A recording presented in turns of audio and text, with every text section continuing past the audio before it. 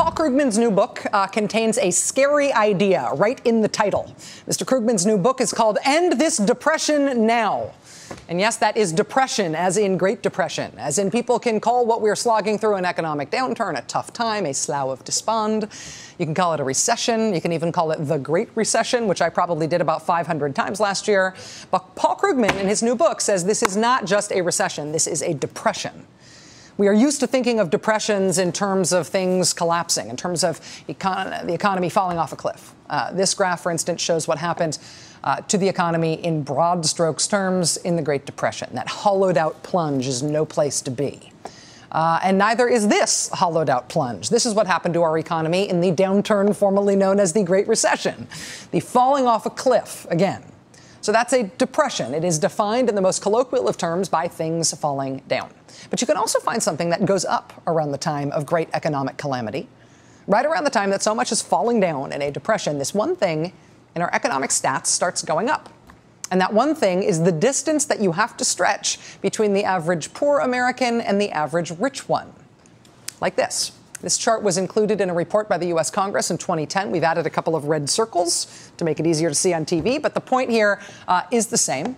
The distance between rich and poor in this country goes way up around the Wall Street crash of 1929 and the Great Depression. And again, the distance between rich and poor in this country goes up around the end of the Bush administration financial crisis. Our generation's plunge off the cliff. So, correlated with depressions, huge growth in the gap between rich and poor.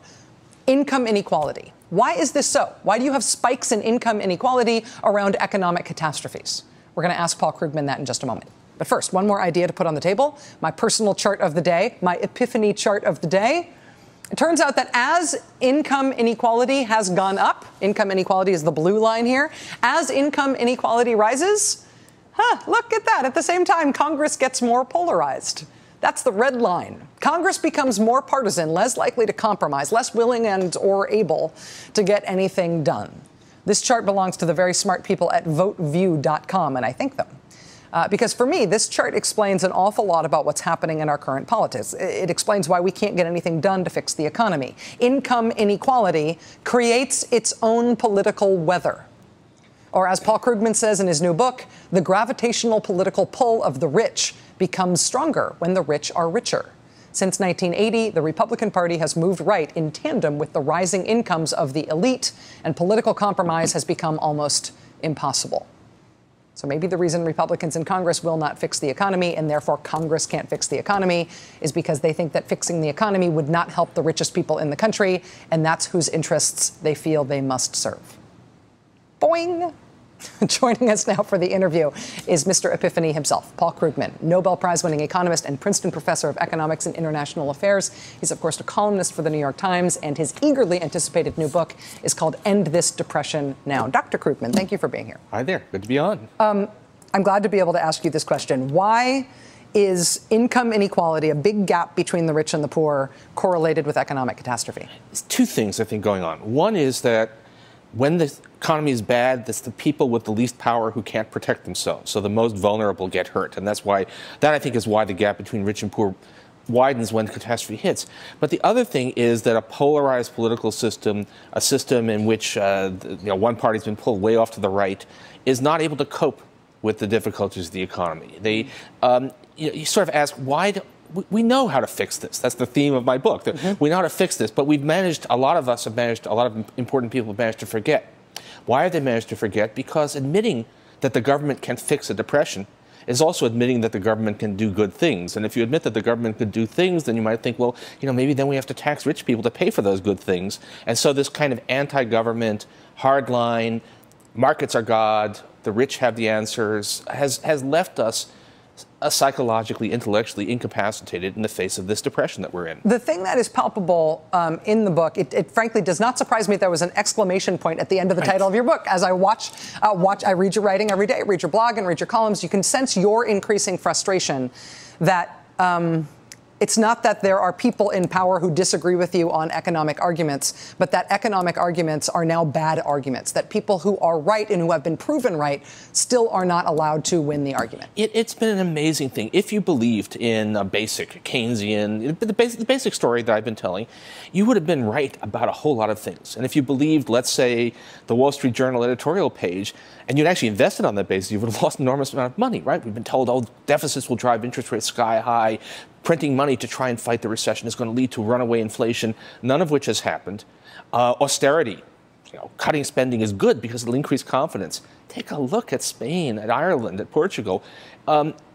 We've had an overwhelming vindication of the ideas that say that this is the time for governments to spend, this is the time not to cut back, the urgent priority is jobs, deficits should wait, and yet that's an argument that nobody wants to hear in power because it's inconvenient for inner circles, and I have to say, in the end, it's inconvenient for the 1% or the 0.1%. Do you think that there is, in terms of the point of that graph that I showed in the introduction, do you think it is that people who have more literal capital accrue more political capital automatically, that you end up getting listened to more because you have more money to spend on politicians? Well, it's a mixture of things. I mean, yes, it's the power of money. It works in both crude ways and subtle ways.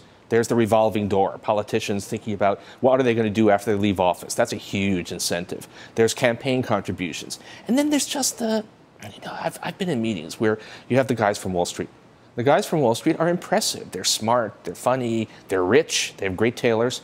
And they tend to get treated seriously, even if they've just destroyed the world. They tend to have a weight that bearded college professors don't in these discussions. And so there's a pull of power, of wealth, which you need to actively lean against. And you try to convince politicians with good hearts that that guy may sound impressive and look impressive, but fundamentally he is not on your side. Do you see the arguments on the right changing in character? I was struck, having read your book to prep for talking to you today, and then seeing the New York Times Magazine posting this profile of Mitt Romney's old boss at Bain Capital, who has a new book coming out that argues, and I'm quoting, that having a small elite with vast wealth is good for the poor and middle class. Yes. That used to be what people like I would accuse people of believing. It's now the overt argument. Oh, and you're watching the hereditary principle is starting to make a comeback. I've seen that a little bit from Mitt Romney. We used to think, it was all about equal chance at the starting line. Now it's, well, of course, people should have the right to pass advantages on to their children. So no, we're this way to the 14th century, right? Yeah. We're really trying to get back to the old values of hereditary wealth and power. No, of course, and we've moved to a level of shamelessness and many of these things. The other thing to say is, if you look at past economic debates, Milton Friedman would be on the left side of the political spectrum right now, right? He favored stronger aid to the poor. He favored really active policies to fight depressions. And, he'd now be considered an inflationary socialist in current debate. In terms of what you think we can do to end this depression now, you argue for the primacy of housing, that housing was not only the cause of, one of the causes of where we ended up, but it is the thing that we have to tackle in order to get ourselves out. No, it's one of the things. I actually think the first thing that so this is kind of important. 3 years ago, the question, where do we spend, how do we stimulate the economy, was actually somewhat hard. You had to find the right projects.